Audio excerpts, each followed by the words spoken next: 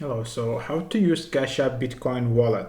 So you can actually deposit Bitcoin into the Cash App. Tap the banking tab in the Cash App home screen. So this is the first tab from the left.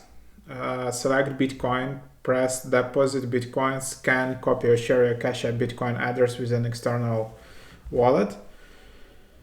Confirm with your PIN or Touch ID. Bitcoin withdrawals and deposits must be enabled to get started. You can deposit up to 10,000 worth in 7-day period, and it can take hours before transfers into or out of Cash App are confirmed on the blockchain.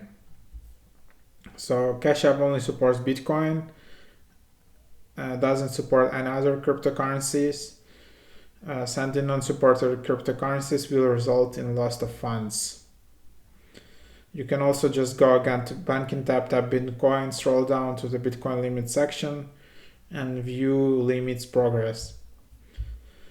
So that's the idea. Also, if you want to withdraw Bitcoin, there are specific limits. You must have a balance of at least 0.0001 Bitcoin to make a withdrawal. You can withdraw up to 2,000 worth every 24 hours and up to $5,000 within any 7-day period. So that's that.